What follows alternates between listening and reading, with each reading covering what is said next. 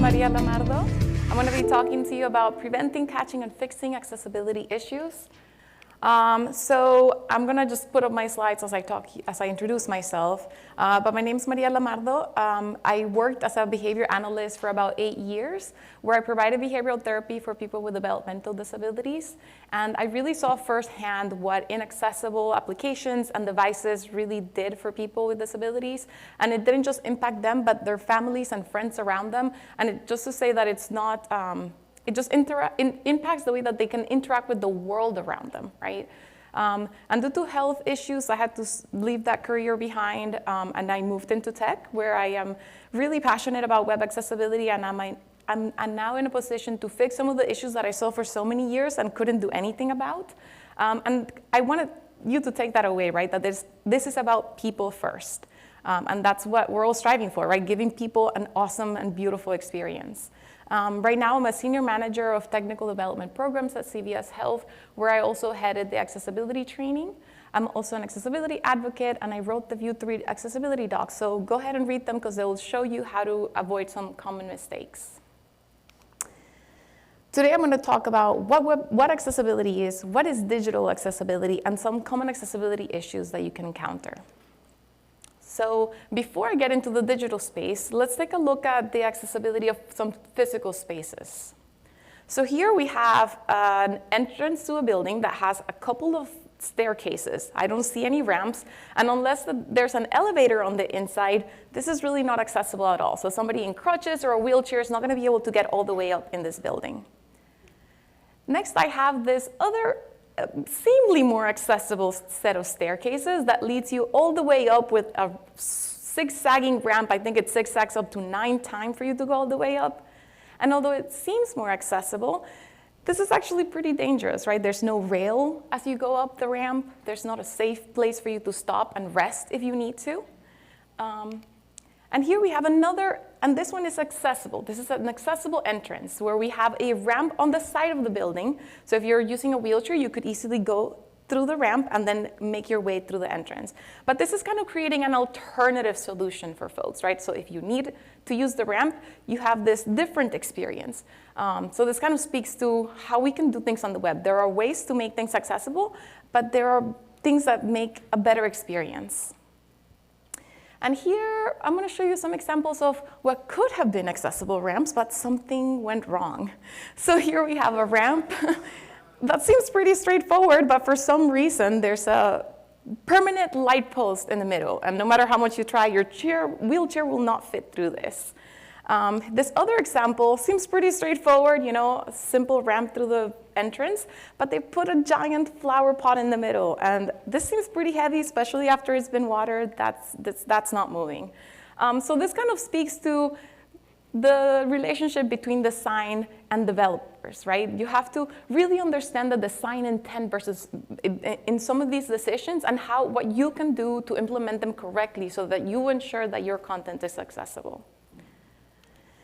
Here we have a pretty accessible ramp. We have a couple of steps on the left and a pretty short ramp on the right that leads you straight to the entrance. However, let's talk a little bit about inclusive design. Inclusive design is a way to design things that can be used by the most amount of people possible. So in this example, we don't have a need for ramps because there's no steps, there's nothing. Anybody can make it through the front entrance and have the same experience like everybody else. And that's kind of what we're aiming for the website, for the web, right? We want one experience that works for everybody and it's simple and makes sense to use. So let's talk a little bit about disabilities around the world. Now, according to the World Health Organization, there are about 1.3 billion people worldwide that have a disability.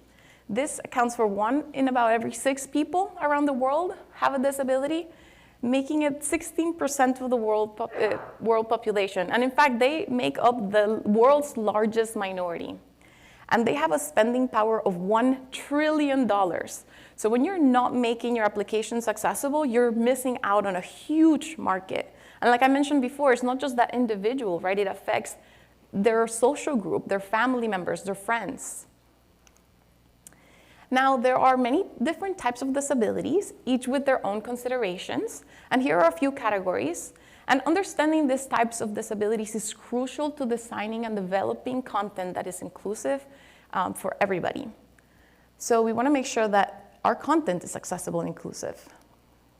So let's go over physical disabilities and what this might mean for us.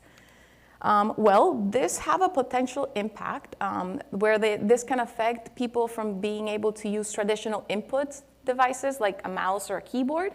And they might use things like voice recognition, eye tracking, mouth stick, head wands, adaptable keyboards, single switch access. For sensory disabilities, this might impact people's ability to see or hear, and they might be using things like screen readers, screen magnifications, transcripts, captions. They might be using Braille, hearing aids. So again, there's a lot of different types of assistive technologies. Even me, I'm wearing glasses. This is a type of assistive technology. For neurological, cognitive, speech, language disabilities, this can impact people's ability to read, understand math, understand or produce language, retain new information, maintain attention. So this is really important as we're designing our content. Are we keeping all of these things in mind? And the available resources, people might be using screen readers, communication aids like Proloquo to Go, or text-to-speech software. There are also psychiatric, mental, and chronic health conditions that can impact people's abilities to regulate emotions or responses, concentrate or focus, and maintain high energy levels. This is really important for us as we develop and design our content. But some resources that are available are like wearable health monitors, relaxation and meditation apps. We even have virtual health consultations. And of course, there's also temporary or situational disabilities that can impact your ability to perform everyday tasks. For example, if you break an arm and you can't use your mouse and you're stuck using a keyboard for 3 months or so, right? You want to make sure that you might need to use a keyboard or transcripts. If you're in a loud environment and you can't hear your video, you might be using those captions on the video. So again, there are many, many different reasons why somebody might use an assistive technology and many types of them.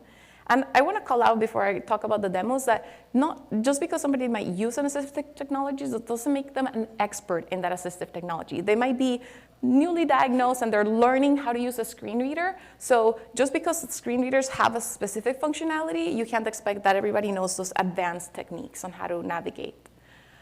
So I have some demos here for you. I don't have time to go over them today, but I really encourage you to look through them. They're really, really good. They show you how people use these different tools, so screen reader, voice control, and Braille to navigate the web, and some of the issues that they might encounter as they do so.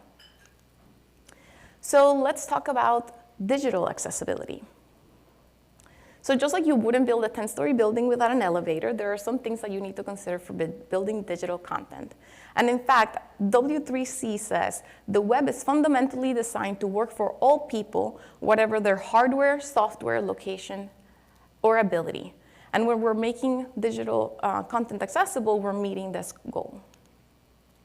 So luckily, W3C has created WCAG, which is the Web Content Accessibility Guidelines, and they provide a certain guidelines to ensure that we're making our content as accessible as we can. So let's go over some of the key principles of accessibility. WCAG is broken down into 4 main categories. Number 1, and they're abbreviated with POUR, the first letter of all of them. Number 1 is perceivable, which talks about the user's ability to perceive the information that's being presented, meaning that it shouldn't be invisible to their senses. We also want to make sure that your content is operable. So any interface, controls, navigation, everything should be operable for everybody.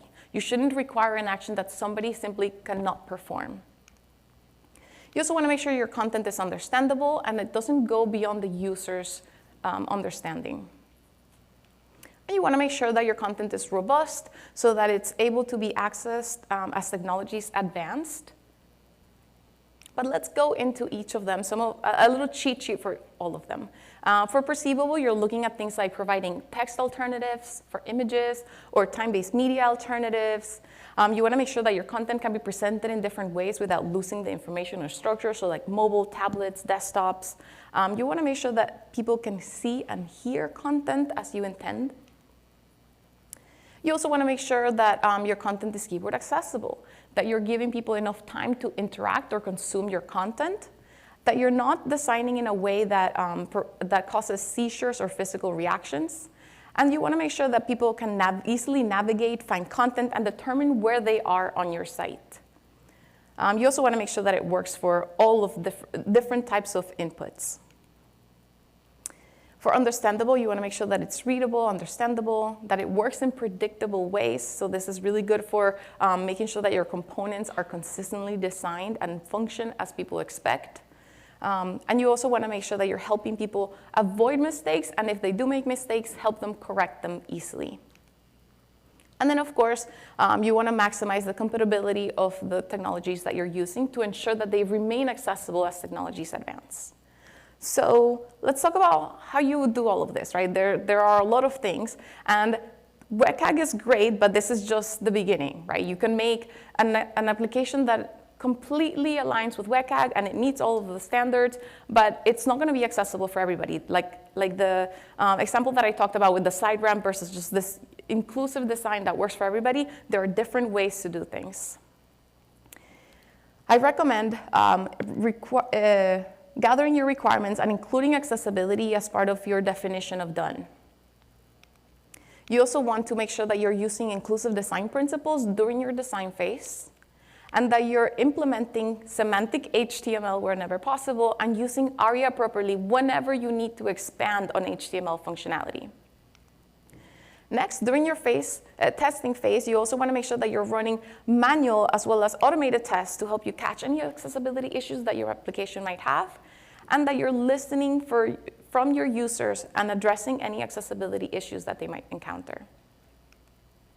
So let's talk about some common accessibility issues and how you might be able to prevent and fix them. Well, let's start with WebAIM Million. WebAIM does a yearly report where they evaluate home pages of the top 1 million pages across the web, and their findings for 2020 were as follows. They found that 96.3% of home pages had accessibility issues, and they had an average of 50 errors per page that they tested.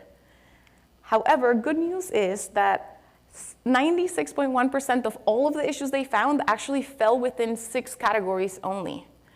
And those categories included low color contrast, missing alt text, empty links, missing form input labels, which is interesting, empty buttons, and missing document language. And I also pulled reports from the Paciello group, Site Improve, and BrowserStack, and they found their own list of issues. And I've included the ones that weren't in the WebAIM Million. This includes visual indicator, headings, keyboard navigability, and missing ARIA attributes. Here are some resources, as I go through the next set of content, here are some resources that will help you run automated tests for accessibility. And just a quick call out that automated tests won't catch everything. If you're relying on automated tests to catch all of your accessibility issues, you're actually going to only be able to catch around 30 to 40% of the actual issues that exist on your site. So let's take a look at color contrast text issues. The requirement here is to provide enough color contrast between text and its background. That way, text can be read by people who have low vision or cannot see the full range of colors. The recommended testing for this is automated testing, which will catch most of the color contrast issues, but you will need manual testing for some things that it might miss. For example, placeholder text. Automated tools will not check for the color contrast of your text holder text. And then here are some resources. And I'm going to quickly jump over to our first activity, which is our color contrast. So here I have this site that has a couple of text, some text here. The first line just says color contrast. The second line says this color contrast is too low, and it's like a light blue. It's pretty bad. You can't see it. And the third line is just right. And I'm just showing you how to test for something like this using Axe DevTools.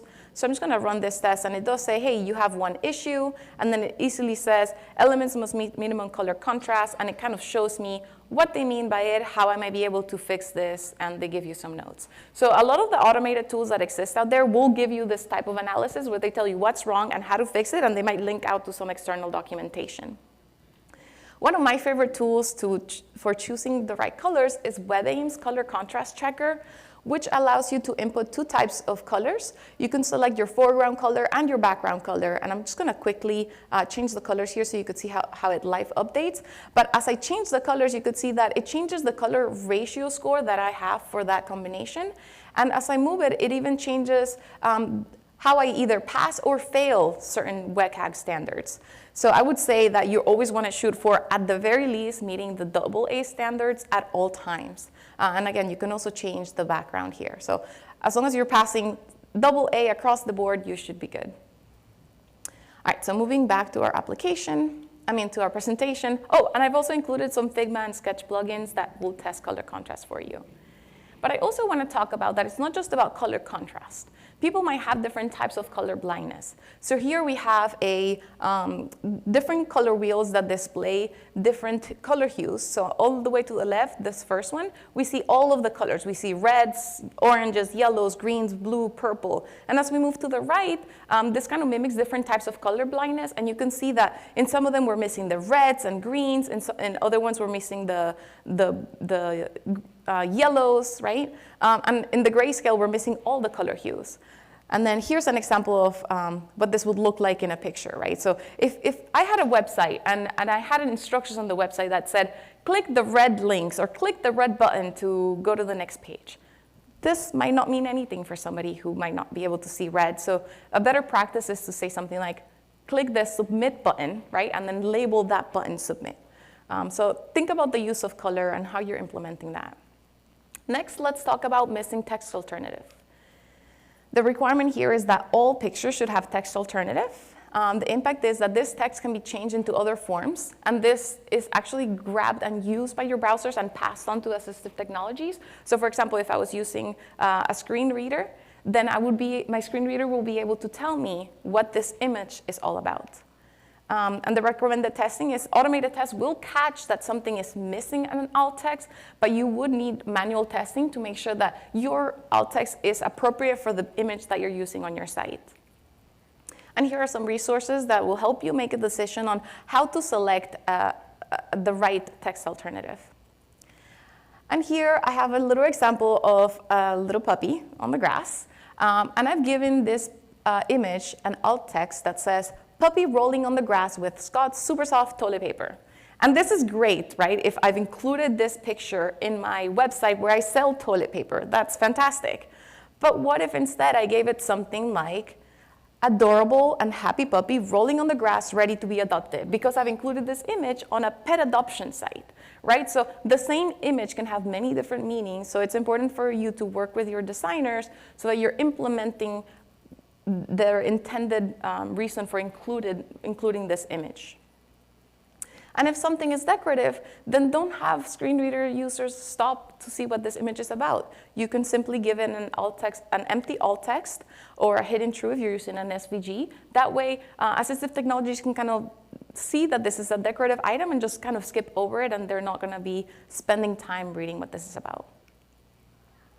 So let's talk about empty link issues. The requirement here is that you're providing link text or text that is associated with the link that describes the purpose of the link's destination.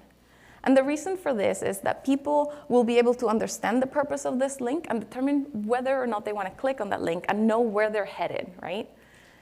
So the recommended testing is automated testing, which you can catch empty links. But like the alt text, you are going to want to do manual testing to make sure that the text that is associated with that link is relevant to that link's destination.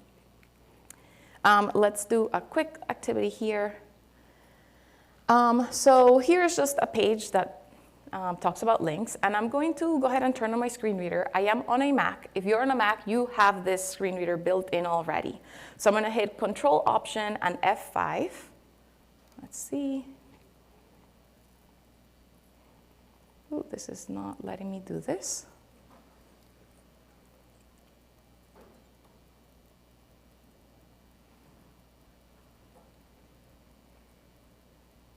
Ooh, this is not coming up for me right now. Okay, well, if I were to be able to turn on my screen reader, I would be able to pull up a menu that, and this is a way that different people will use their screen readers. They can pull up a list of all of the links that are on your site and start navigating your page through the list of links, or through the list of headings, right? So if we're having a lot of links in your page that say, click here, learn more, click here, this is completely meaningless to me if I'm navigating in that way. So you want to make sure that your link text is meaningful and that very descriptive. That way, if somebody's pulling up that list of links, they can quickly go through it and know what to expect as they're navigating. All right, let's jump to the presentation. Let's talk about missing form input labels. You want to make sure that you're providing clear and instructive labels for all of your form input fields. That way people know what type of data to expect. And the recommended testing is automated tests, which will catch any label issues, but manual testing to make sure that it has proper naming. Resources are here for creating accessible forms. And I do want to show you what this looks like on the browser, or a quick way to test to make sure that everything is going well on your end. So I'm in Chrome, and I'm using the accessibility tab here, and I'm going to select the input field. And as you can see, this gives me a couple of different pieces of information. So I can see the accessibility tree, any ARIA attributes, but right now I'm interested in the computer properties. The computer properties is going to tell me the name of that element and the description of that element. So this tells me that when I land in this input field, my assistive technology, let's say a screen reader, is going to read the name of that input field, followed by the description of that input field. And as we go down, you can see that it also tells you some pretty neat stuff. It tells you that this is a roll of text box. So this is built into a lot of HTML, semantic HTML elements. That's why it's so important to use semantic HTML elements instead of divs everywhere. And it also shows you whether it's required, whether it's editable. And it also shows me from the computer properties what I've done to grab those resources. All right, so I'm going to go back to this activity. Then at empty button issues, the requirement here is that all buttons should and must have a programmatic label, and you could test it the same way that we've tested that other piece. That way, assistive technologies can gather information about this button, and it could even track whether it's active or not, like we just saw in the computer properties. And we can use automated tools to check for empty buttons. Let me show you what this would look like for empty buttons. So a good example for this is whenever we see buttons that maybe are image buttons or a button that might have an image inside, something that we want to make sure that is happening is that we're giving this image the proper name, whether to an alt text, or you could use things like ARIA label to give this more context. Or you could even use ARIA labeled by, which you grab existing text that's on the page to name something. And again, this is picked up by assistive technology so that it can be communicated to anyone. So let's talk about missing document language. You want to make sure that you're setting it at the page level, as well as in any other blocks of text where you're changing language. Make sure that you're changing the language that is set for those pieces of content. That way, assistive technology and user agents can read this text more accurately. So recommended testing, the automated test will check whether or not the language is set, but it's not going to check whether it's the correct language. So there's a little bit of manual testing there.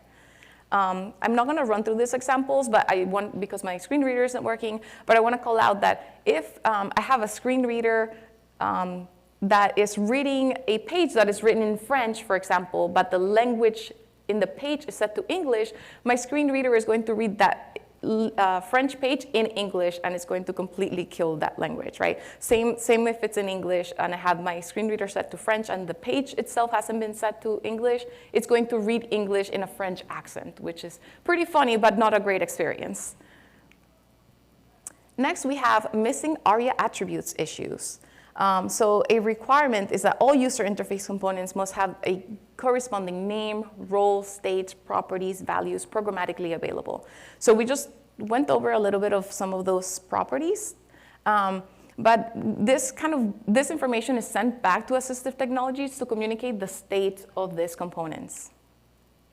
So let's talk a little bit about tabs. And again, you could use automated tests to catch some missing ARIA attributes, but you should really test your components manually to make sure that you're providing all of the functionality that is expected. So for example, here I have some tabs, and I'm gonna just tab to the first one, and I'm gonna use my arrow keys to move in between them. So I'm just hitting right, right, right, and you could see that it's functioning as I expected. I am going to go ahead and show you what I'm finding here in the accessibility tab. So I have that first button selected, and I have the ARIA attributes expanded, and you could see that I have a row of tab with ARIA selected and ARIA controls. So I have a couple of things that don't exist semantically, and I was able to expand on HTML by using ARIA attributes and roles. So you can see, in fact, it even tells me that it is selected, but if I select tab 2, it even dynamically changes. So my assistive technology is picking this up. It might tell me that this is an unselected, right? Or it tells me which one is selected. Now, if you're unsure how to build something like this, what is the expectation by the end user, there is an awesome resource done by W3C, and this is called the ARIA authoring tools. ARIA authoring practices, and they have a list of patterns available for you. So I'm going to quickly search for, tabs. And let me show you what this documentation looks like. And as you saw, there are many different components that you can pick from. But in here, they tell you all of the pieces of this component that should exist. So you should have tabs, tab panels, and again, these do not exist semantically in HTML. They also show you some examples of something built correctly. And then they get into what is the keyboard interaction expectations from users. So to do the tab, they should be able to hit the right and left arrow, or what happens with the space bar. So this is a great resource if you're not sure how to build something. And they also talk about what ARIA roles, states, and properties you should include for this specific component so that it's communicated correctly to assistive technologies. All right, so moving back to the presentation. And then here I've provided that resource that I just went over. A quick call about ARIA is that no ARIA is better than bad ARIA. So if you're not sure of how to use it, leave it out of your application. In fact, that report that I was talking about earlier found that for pages that had ARIA present, they averaged 68.5% more defects than those without ARIA. So huge red flag. If you don't know what you're doing, check out the documentation. If it's still not clear, just leave it out, seek help. It's going to impact your users. And again, here's the documentation that will help you. And again, certain components will need ARIA to expand on this functionality. So don't just say, okay, well, forget ARIA, let's just use div and assume people will get what's happening. These ARIA attributes are important when you're using like tabs, accordions, things like that, because it does communicate whether something is expanded or collapsed or selected. So let's talk about keyboard navigation issues. You want to make sure that all of your functionality is available through your keyboard or keyboard interface. That way, people who are not able to use, people who use keyboard or keyboard alternatives can use your application without needing eye-hand coordination, like with the mouse. And the recommended testing is manual testing, again, referring back to those docs that talk about the keyboard expectations for all of these components. And then here are a couple of resources, but I do want to quickly jump to the accordion example. And again, here's the page for that accordion. Based on those patterns, they talk about keyboard functionality. So if I go to that page, I should be able to, with my keyboard, tap to the elements, and with my space and enter key, be able to expand and collapse. And then as I tab through, I should be doing the same. And if there was, for example, a link or something that I could interact with inside that piece, then as I tab, I would then jump to the expanded content if possible. Alrighty, let's go back to the presentation. And here are some resources that will help you check for that. Oh, For all of those examples that I've shared, I have the code pen linked in the presentation. They are built with Vue if you're interested in learning how you can build that. Visual indicator issues. You're required to have a visual indicator where the focus is in your page. That way, this is a visual representation of what has keyboard focus. And I'll show you an example. But the recommended test for this is manually testing your application. Just put your mouse away and just tap through everything. And everything that you can interact with, you should be able to receive focus. And the focus should be visible like kind of across that border. So let me just show you what that would look like. So in here, I'm just going to start tabbing. So you could see that things are kind of highlighted with this border on my page. So you want to make sure that that's visible and make sure that you're checking color contrast for this resource. With the other resource. So I have some resources that will help you check that color contrast. And again, those Figma and Sketch plugins. So let's talk about heading issues. You want to make sure that your headings are descriptive and they have a topic or purpose. That way people can understand what information is on your site and how it's structured on your page. So, there is no way to automate this. Like, you really have to do a lot of manual testing for this. Make sure that every section of your page has a heading and the heading is descriptive. And I'll show you a little tool that I like to use. It's called Headings Map, and this is linked in the slides. But this one kind of shows you the hierarchy of the headings. So here I have a heading level 1, followed by a couple of headings 2, and you could see that inside those headings 2 are headings 3 and so on. So you can kind of see how the page is structured. So every time there's like a section that has subsections, you might want to go down a heading level. You don't want to skip heading levels. So and there's a couple of things that are best practices that I actually have a little cheat sheet for you here, and here's that headings map. But here are some of the rules. You want to make sure that you're giving structure to the page, that you're nesting in hierarchical order all the way from H1 to H6. You're not skipping any heading levels, and that H1 is your most important. And I believe that is all I have for you today. If you have any questions, please reach out to me. I love to geek out about accessibility. And I have some resources at the end of the slides, so enjoy. Awesome, awesome. Thank you. Give it up for Maria. Gracias, gracias. Okay, we're going to keep this quick. Tenemos una pregunta. One question. Did I say that right? Yes, you did. Amazing.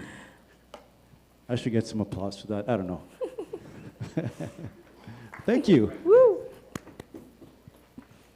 My question is about the headings. So kind of like ARIA labels, you got your H1 and then you have H2, but if you're using a CMS or something that's dynamically generating headings, you end up with headings a little bit all over the place. So is it better to do just your H1 and then everything's in H2? Or do you just do H1 and then you have some outline? Or, yeah. That's an excellent question, and I would say, I don't know the content, right? But I would say if you're making everything H2s, then somebody who's using an assistive technology is going to get to your page and say, all of these headings are of the same importance, and the same type of content is embedded in all of them. So if that's not what your intention is, I would say try to change maybe you could pass a prop that changes what heading level that is or something, but having components that have built-in heading levels in them can be very tricky. So I would say try to avoid doing that wherever possible, but if there's no way around, then yeah, try to make sure that you're just not skipping any heading levels where possible. Awesome. Thank you very much for that question. All right. Yeah, unfortunately, if you do have any more questions, please go on the Slack, or she's going to be around, so you can ask her some more questions. Thank you very much. Give it up for I'll say Maria.